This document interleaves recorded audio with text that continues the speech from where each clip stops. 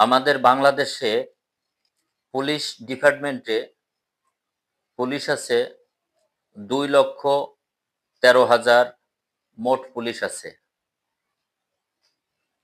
অথচ এই দেশে জনগণ আছে 2025 সালের জরিপে 17,05,00,000 থেকে 6,00,000 মধ্যে।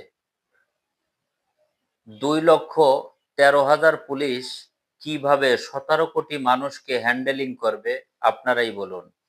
কোনোদিনও সম্ভব নয়।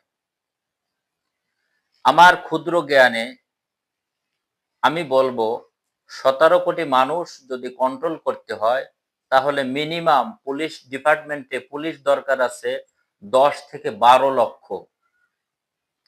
তাহলে পুলিশরা দেশ সুন্দরভাবে পরিচালনা করতে পারবেন, না হলে কোনোদিনও পারবে না।